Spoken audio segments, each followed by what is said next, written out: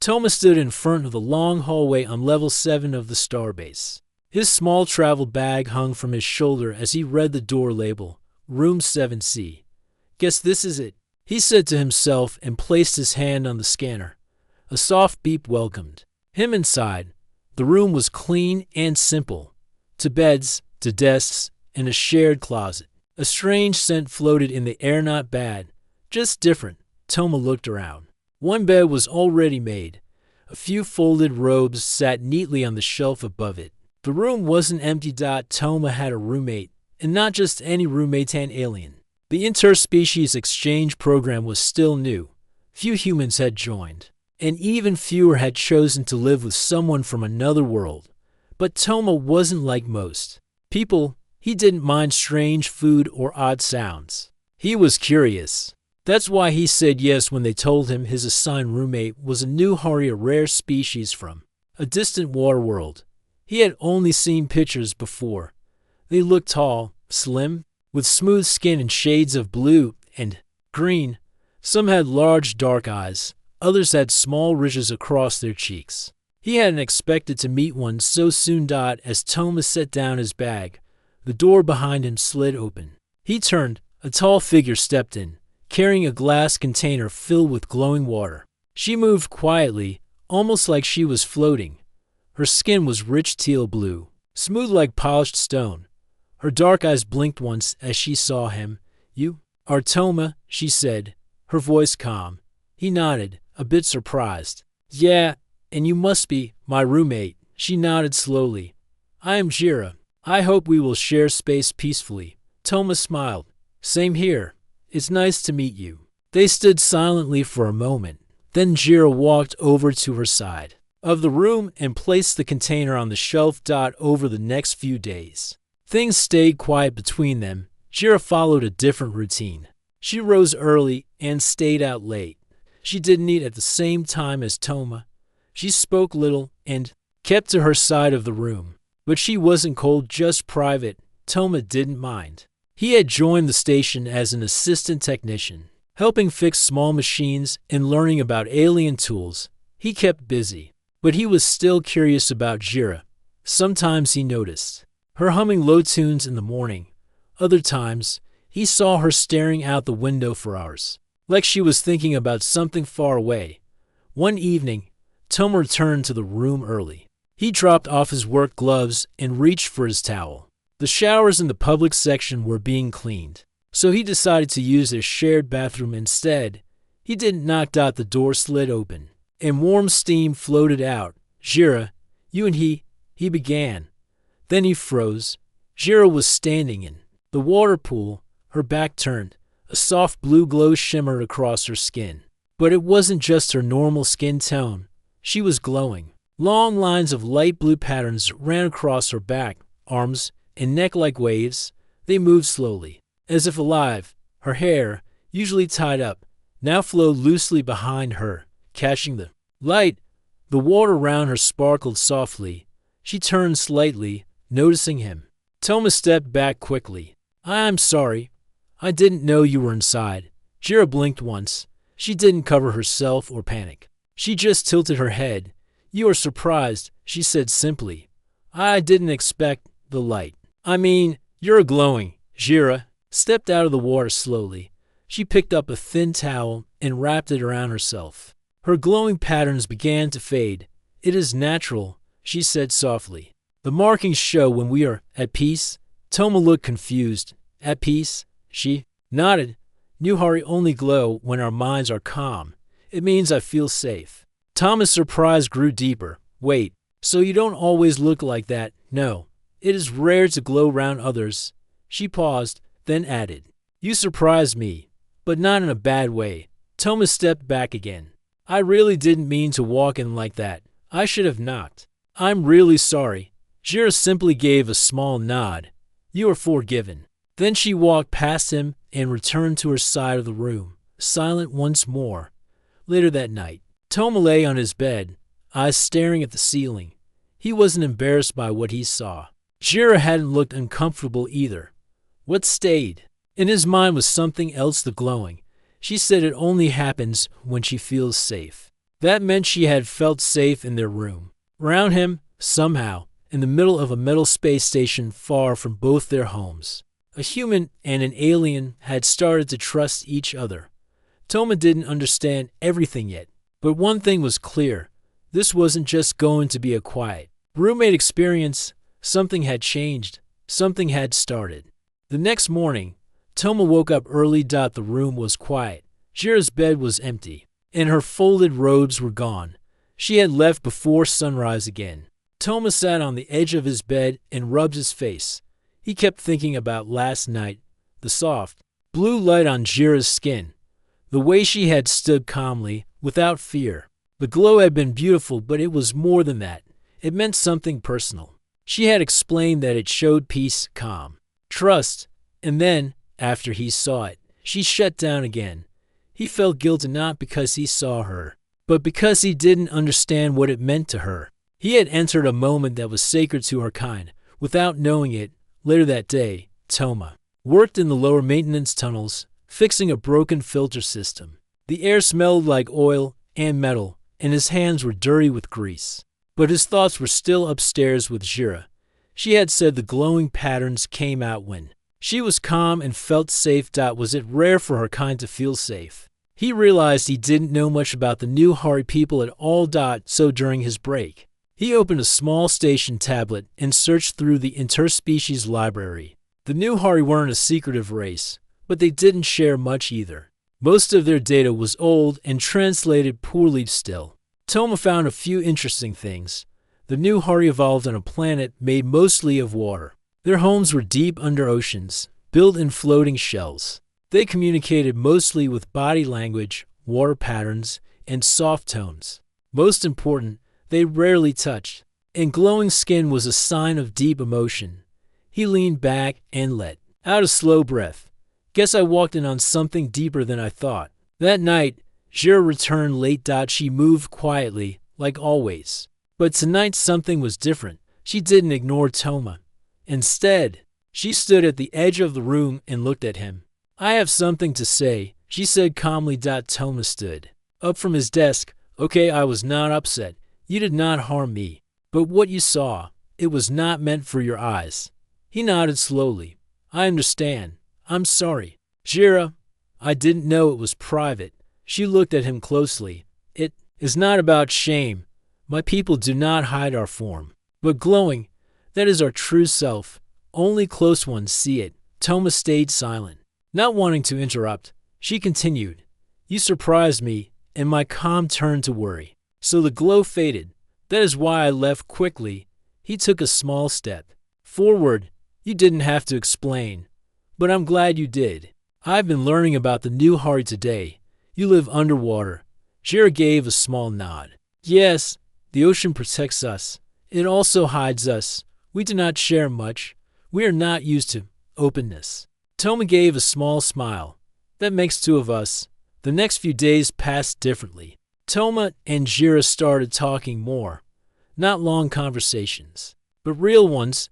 He told her about his home on Earth, a small town with lakes and forests. He described birds, storms, and silly things like hot soup in winter. She listened with interest, asking simple but sharp questions. In return, she told him about her world, Nurash, where cities floated under waves and light only came from glowing sea creatures and crystal rocks. She said children were taught to stay silent and still, so they didn't disturb the sea's balance. No music? Toma asked one evening. She tilted her head. Music is not forbidden, but we use water as sound, movement, flow, pressure. The ocean sings to us. That sounds beautiful, he said. Smiling, it is, but lonely, she replied. That word hung in the air. One evening, Toma returned from work early again. As he entered the room, he heard something soft, a hum. Not loud, not sharp, just a low, soft hum like someone singing underwater. He stopped by the door and listened. It was Jira. She sat cross-legged on her bed, her eyes closed, her hands resting on her knees. A thin glow shimmered across her skin, not as bright as before, but soft like moonlight. Toma didn't say anything. He just watched quietly, not wanting to disturb the moment. Jira opened her eyes after a while. She saw him, but she didn't. Stop glowing. You came in, she said softly. He nodded. I heard you humming. It's nice. She gave the smallest smile. It is a song from the deep. You don't have to stop because of me. I won't. You are part of this room now. That simple sentence meant more than it sounded. The next morning, Jira offered Toma something new, a small blue fruit, soft and round, with tiny glowing spots on the skin. New Hari food, she said. Safe for humans. Try it. Toma took a bite. It was sweet, with a taste like honey and mint. Wow, that's really good. Jira nodded. It is called Shaline. We eat it during the calm season. Calm season. It is when storms stop, and the ocean rests for one full cycle. The sea goes quiet. We listen. We reflect. Toma looked at the fruit again. Maybe this is our calm season too, he said. Jira didn't reply, but her glow returned, just a little, along the edges of her arms. That night, something shifted. Toma didn't just see Jira as his alien roommate anymore. And Jira didn't see him as just a visitor from Earth. They were sharing space. They were sharing peace, and somewhere in the silence, a quiet bond was forming, one that needed no glowing lights to be real. The starbase was quiet that evening. Outside the window of room 7C, stars drifted slowly past, glowing like tiny lanterns. Inside, Toma and Jira sat at their desks, both reading from their tablets. Toma had started learning the new Hari language. The symbols were shaped like water waves, and the sounds were soft and flowing. Jira corrected his pronunciation gently when he made mistakes. He didn't mind. Her voice was calming. You learn fast, she said. I have a good teacher. Toma replied with a small smile. Before she could answer, the lights flickered. They both looked up. The lights blinked again, then turned red. A warning beep echoed through the room. A voice came over the intercom. Attention all crew. Power fluctuation detected in Sector 3. Environmental systems failing. Engineering teams report immediately. Jira stood at once. Sector 3 is close. Toma grabbed his toolkit. We should help. Jira hesitated. It might be dangerous. I know, Toma said, already moving. But I've trained for this. She gave a small nod, then followed him. They moved quickly through the corridor. The air felt strange, thicker, warmer.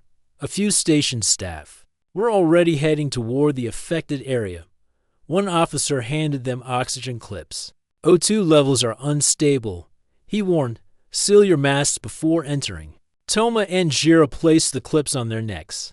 A light green bubble formed over their noses and mouths. As they reached Sector 3, the hallway lights blinked rapidly. Some panels on the wall were sparking. The air vents were making strange hissing sounds. Toma opened a control box and looked. Inside, the coolant system failed. He said, if we don't fix it fast, the backup air supply will collapse. Jira moved beside him.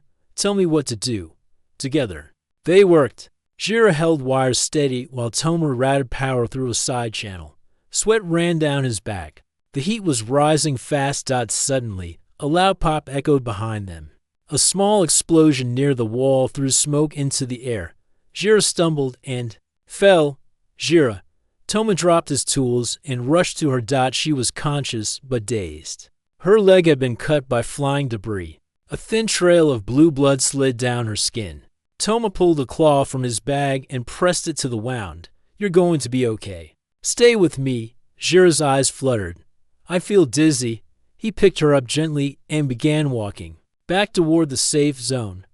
Officers were arriving now, bringing emergency equipment. One of them took over the repairs. Toma ignored everything else. He just kept walking, carrying Jira through the smoke. In the medical bay, Jira was placed on a soft bed. A healer scanned her leg and began treatment. Toma stayed nearby, refusing to leave. She will be fine, the healer told him. The injury is not deep. She needs rest. Toma let out a deep breath of relief. After a while, Jira opened her eyes. Toma smiled down at her. Hey, welcome back. You carried me. Of course I did. She blinked slowly. You were not afraid. I was, he admitted, but not for myself. Jira looked at him, her eyes searching his face. You are different from most humans, and you're different from anyone I've ever met. Later that night, Jira was allowed to return to the room. She walked slowly, leaning on Tama's arm. Her leg was bandaged, but she was steady, back in room 7C. She sat on the edge of her bed. The lights were dim, and the room was quiet. Toma handed her a warm drink. Sleep well tonight. All right. Jira took the cup and held it gently. Thank you, Toma. For what? For staying. For helping. For not leaving when things got hard.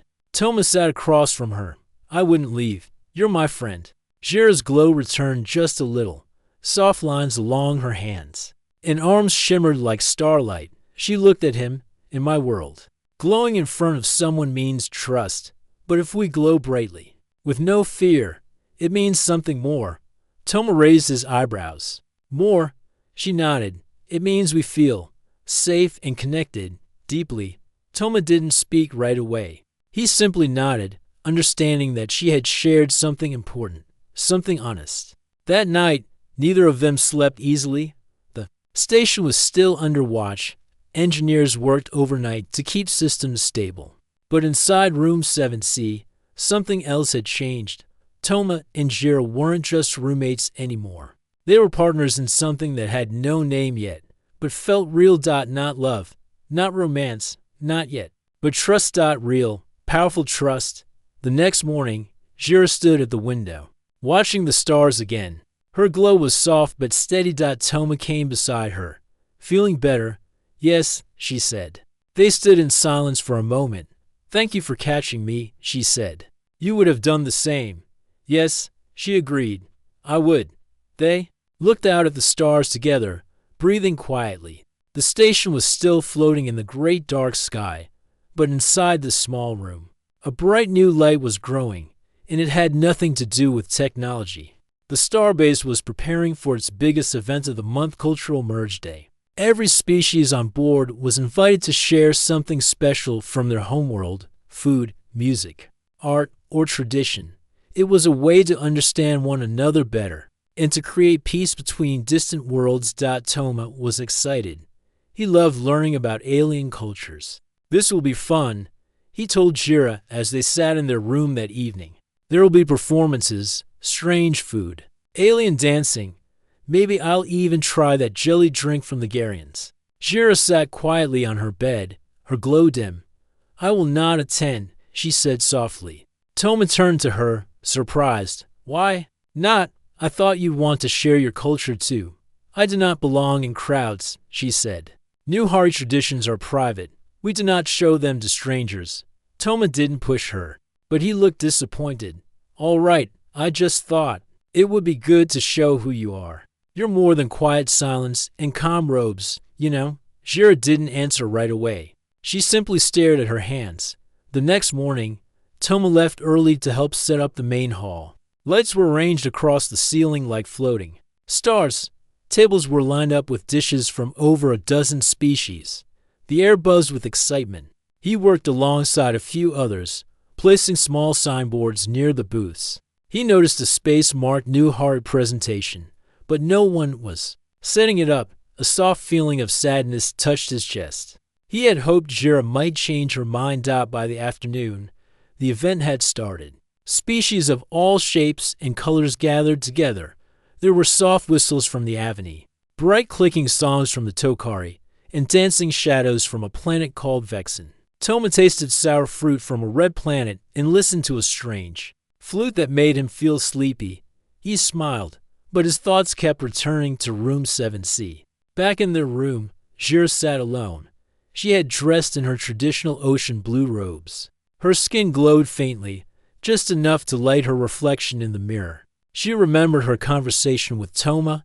You're more than quiet silence and calm robes, you know? She closed her eyes and breathed slowly. Her people feared showing too much too soon. But maybe the station was different. Maybe she had already changed. And maybe it was time. The crowd in the main hall turned as the lights dimmed. A soft mist spread across the floor. A gentle water-like sound echoed through the speakers. And then Jira walked onto the stage. She was barefoot, her robes flowing behind her like waves. Her rich teal-blue skin shimmered softly under the light. Toma stood at the back, eyes wide. She came, he whispered. The music changed soft. Tones like drops of rain falling into still water. Jira began to move. Her dance was unlike anything the crowd had seen before. She didn't jump or spin fast. She moved slowly, with deep control. Her arms flowed like rivers, her steps soft and soundless. As she moved, her skin began to glow. Bright, clear lines of light flowed across her arms, down her neck, over her cheeks. The patterns pulsed with the rhythm of the music. The crowd watched. In silence, no one spoke. No one laughed. They were all caught in the beauty of the moment. Toma stared, breath held. He had seen her glow before, but this was different. This was not a quiet light. This was something powerful, open, brave. When the music faded, Jira stopped. She bowed slowly. Hands pressed together. There was silence for a few seconds, then cheers. And applause filled the hall. Many didn't understand the meaning of the dance, but they felt its emotion, its honesty. Jira stepped off the stage. She moved toward the edge of the crowd, head slightly lowered, ready to disappear again. But someone stepped in front of her. Toma. He smiled. That was incredible. She looked up at him. I was afraid. You didn't look afraid. I showed them something sacred. That is not easy. I know, Toma said. But you didn't show it to strangers. You showed it to friends. Jira looked at him for a long time. Then, softly, she asked, will you dance with me? Toma blinked. Me. It is allowed. If the bond is strong. Toma didn't know the steps. He didn't know the meaning. But he held out his hand. Jira took it. The music started again, this time slower. The hall grew quiet once more as a human and a new Hari stepped onto the stage together. Jira guided him with gentle movements. He followed, a little clumsy at first, but sincere. And then something amazing happened. Toma's hands began to glow. Not as bright as Jira's, not full new Hari light, but the touch between them sparked a soft shimmer. Her light was flowing into him. The crowd gasped quietly. Jira turned to him, surprised. This is rare, she whispered. What does it mean?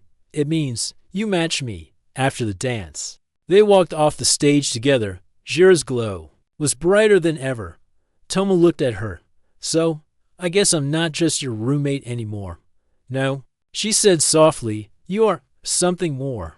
That night, in room 7C, the window was full of stars. Toma sat on his bed, thinking about the dance, about the glow, about the moment on stage.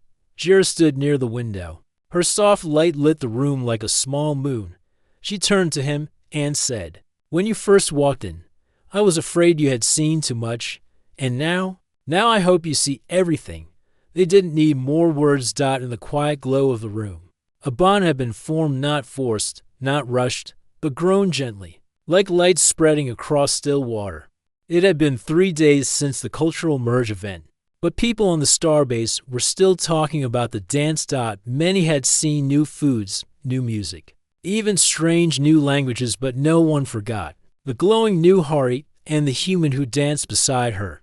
Some call it beautiful. Some call it strange, but all agreed it was something special. Toma didn't care what others said. For him, that night meant something deep.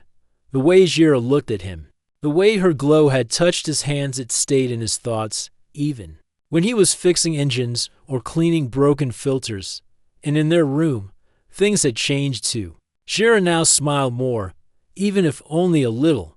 She no longer hid her glow. They shared stories every evening.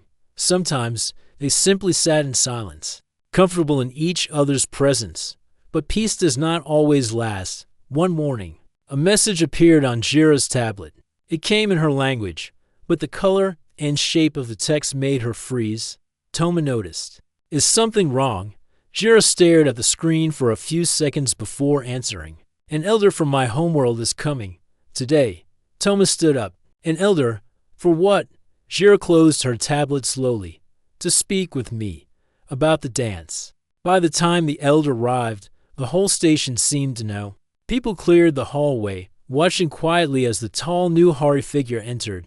His name was Alaro, and his presence felt like deep ocean pressure quiet. But heavy. His skin was a darker shade of teal, and he wore long robes with silver lines that shimmered like scales. His eyes were sharp, but calm. Jira met him at the docking gate. She bowed low. Elder. Alaro looked at her carefully. You have changed, Jira. She said nothing.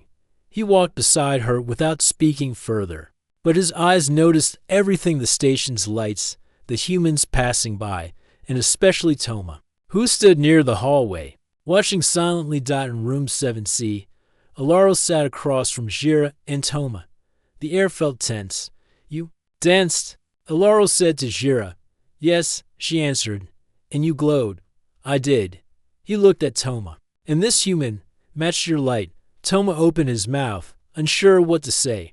I didn't plan it. It just happened. Alaro turned back to Jira. You know what this means? Jira nodded. I know. You are bonded now, emotionally. That is not accepted by our kind, not with outsiders. Jira looked down. I understand.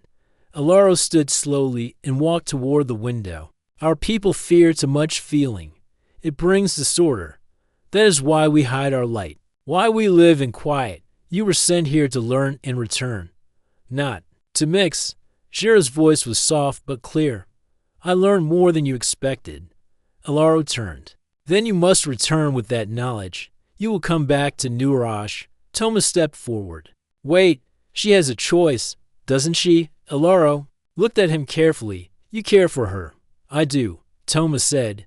She's not just my roommate. She's my friend, someone I respect. The elder didn't react. Respect is not bonding. Maybe not, Toma said. But trust is. And she trusts me. Jira stood. Her glow was faint, but steady. Elder, I am grateful for our ways. But I have changed. The sea is not the only place to find peace. Alaro was quiet for a long time. Then he said, you have one day to decide. Return with me or remain. And he left the room. The silence after he left was heavy. Jira sat on her bed, her hands resting on her knees. Toma sat beside her. You don't have to leave. I was raised to follow the old ways, she said. But now, everything feels different. Toma looked at her. What do you want? She was quiet. Then she looked at him. I want to stay. But I must be sure. Sure of what? That I'm not just chasing comfort. That I'm choosing with truth. Toma gave a small smile. Well, I can't offer glowing oceans or floating cities. But I can offer friendship, trust, and a seat beside me when I eat strange space food. She smiled softly. That may be enough. That night, Jira didn't sleep. She sat near the window, watching the stars. Toma stayed up too, but didn't disturb her. In the early morning, she stood, dressed in her robe, and walked to the docking gate. Alaro waited. Well, he asked. Jira looked up at him. Her glow appeared slowly, wrapping around her hands and face. I will not return, she said. Alaro studied her. Then you are no longer part of the ocean. I carry it inside me, she said. He nodded once. Then carry it well. And without another word, he turned and left the station. Toma was waiting at the room when Jira returned. She walked in quietly and placed a small ocean stone on the desk. I have made my choice, she said. Toma looked at the stone. You're staying? Yes, he nodded. Then I guess we're not just roommates anymore. Jira gave a soft laugh. No, we're not. It had been many days since Jira decided to stay on the starbase. Life slowly returned to normal. She continued her cultural research. Toma fixed broken things, helped people, and shared meals with her. They laughed more now, even had inside jokes. But then, something changed. Jira began to sleep longer. Her glow, once bright and full, was growing dim. It started small. One evening, Toma noticed Jira didn't come out for dinner. He checked the room and found her lying on the bed, her arms crossed over her chest. You okay? He asked. She opened her eyes slowly. Just tired. You didn't even touch your food, he said, lifting the tray. I wasn't hungry. Toma frowned. Jira never skipped meals. He walked over and touched her forehead. You feel cold. She didn't answer. That night, Her glow faded more. It no longer lit the room softly like before. It was barely a shimmer now. Toma called the station doctor. A human medic named Dr. Lensa came quickly. She had seen many alien conditions before, but when she scanned Jira, she looked worried. She's entering a low-energy state, Dr. Lensa said. Like sleep? Toma asked. No, the doctor replied. Like survival mode. Her body is slowing everything down. Why? Dr. Lensa checked her screen again. The station air. It's missing something her body needs. Probably a compound only found on her planet. But she lived here fine before, Toma said. Yes, but now her body is changing. The doctor explained. The emotional bond, the glow, everything shifted her biology, and now it's unstable. Toma looked at Jira. She was breathing, but so still. Can you help her? Dr. Lensa sighed. Only if we get a sample of the mineral that creates her internal balance, a rare element Kellerine found in the deep waters of Nuarash. Toma's eyes widened. But she can't go back. She doesn't need to, the doctor said. We just need a small crystal of it, pure and fresh. And fast. Toma made up his mind in that moment. I'll go. He wasn't a trained pilot. He wasn't a hero. But Toma had learned to fly basic transports. He went to Commander Ryle and requested a short solo trip to Nuarash's orbit. Denied. The commander said, but it's to save her life, Toma insisted. The commander looked at him for a long time. Then she softened. You really care about her, don't you? Yes, she's not just a roommate anymore. Ryle sighed. One day, that's all I can give you. Toma took a small scout ship and left the station in the early light of the next day. The journey to Nuarash was not far, but time was short when he entered orbit. He contacted the planet's surface. A cold voice answered. This is Nuarash Control. State your purpose. I need a sample of raw Kellerine, Toma said. It's to save Jira. There was silence. Then the voice replied, You are the human she bonded with. Yes, another. Pause. Very well. One guy will meet you. Do not step into the waters. Toma landed near the edge of the Great Teal Sea.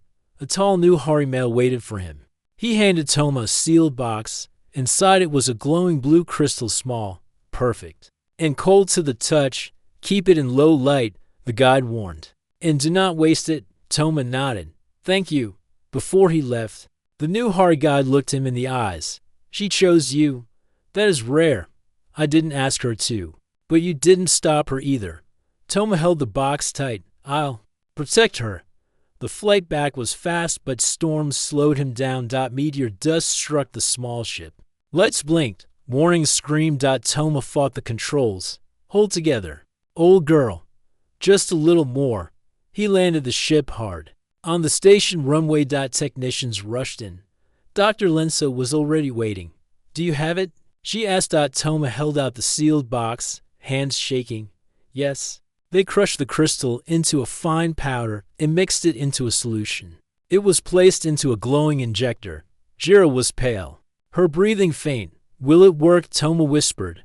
We're about to find out, the doctor said. She gently pressed the injector into Jira's arm and let the blue light flow into her veins. The room went silent. Then her glow pulsed. Once, twice. Then it spread softly across her chest and hands. Her breathing grew stronger. Her eyes opened. Toma. He rushed to her side. You're okay. You're safe. She blinked slowly. What did you do? I just went to get something you needed, he said, brushing her hair back. You flew to my world, she asked, surprised. He smiled. Well, I've seen scarier things. Like your cooking. She laughed weakly. That was only once. Toma held her hand gently. You came back for me, she whispered. Always. That night, Jira sat up in bed for the first time in days. Her glow was steady again, warm and soft. Toma made her soup. It wasn't perfect, but she smiled with each spoon. You saved me, she said. He shrugged. You saved me first, just in a different way. Jira reached out and placed her hand over his. In her language, she whispered a word he didn't understand. What did you say? He asked. She smiled. It means, I see you fully now. Her teal-blue glow had returned to its soft beauty, and her smile had warmth again. The entire starbase felt brighter when she walked through the halls. Many had missed her glowing presence more than they had admitted. Toma was happy to, though. He kept busy fixing things. He still made sure she ate, rested, and drank the mineral mix made from the rare Kellerine crystal he brought back. He even created a small glowing pendant for her to wear just in case. But then, another surprise came. One morning, a message arrived at the communication tower. A deep voice spoke from a blue hologram. Tajira of New Arash, the elders summon you. It was an official call. From her people. Toma and Jira were both in the control room when the message played. As soon as it ended, Jira looked down, her expression unreadable. Commander Ryle stepped forward. Do you know what this is about? Jira nodded slowly. Yes, they want to see me. They must have learned about the bonding. Is that bad? Toma asked, his voice quiet. Jira hesitated. Not bad, but important. When a bond like this happens between a new Hari and someone outside our kind, it hasn't happened in centuries. That evening, Jira stood on the balcony, watching the stars. Toma joined her. You're leaving, aren't you? I don't want to, she said softly. But I must go. The council needs answers. He stayed silent for a moment, then said, I could come with you. Jira turned sharply. No, it's too dangerous. They may not welcome you, but I want to be there. Her eyes softened. You walk into a deep ocean for me again. I would, he said, with my eyes open this time. She gave a sad smile. You might not return the same, Toma replied. Neither of us did after that day you fell in my hallway. The next day, Ryle approved a diplomatic visit. They prepared a ship with peaceful markings and new Hari colors. Toma was given a ceremonial suit. Jira wore her traditional robe, rich, flowing, in the same color as her skin. As the ship launched toward New Arash, Toma watched her sitting in silence. He reached over. Nervous, she nodded. I haven't seen my home since I left, and now I return, not as a daughter, but as someone different. You're still you, he said gently, but more, she whispered. The ship landed near the same shore where Toma had come before. This time, hundreds of glowing figures waited for them. The council was present, wearing robes made of sea silk. Their skin shimmered under the planet's sky. Jira stepped forward. The tallest elder, a woman with silver eyes, spoke first. Jira of New Arash, you returned, yes? Elder Voni, she said with a bow. The elder looked at Toma, and the human, he is my bondmate. Jira said, her voice strong. Murmurs rose among the elders. One asked, why him? Jira answered, he didn't choose me for my glow, or for my name. He chose to save me even when I was fading. He brought life back to my body. Toma stepped forward, and she brought life back to mine. I was alone until she made this strange place feel like home. The elders led them into the Hall of Deep Memory. There, they placed their hands on a crystal platform. A vision rose showing Jira's time on the starbase, the shared meals, the broken fan, the moment Toma walked in while she bathed, the laughter, the fear, the rescue. In the bond, Elder Voni watched the vision and turned toward Jira. You have changed, grown. Then she looked at Toma. And you are not like most humans. Toma shifted nervously. Thanks, I think. Some elders smiled for the first time. Elder Voni stepped forward and placed her hand over both their heads. Then hear this. Path between our kind and yours may now open. The bond must be studied, but we do not forbid it. Jira exhaled with relief. But, Voni added, there's one task remaining. Later that day, the two were taken to the Sea of Echoes. There, beneath the waves, lay a creature known as the Halmer, a deep-sea guardian.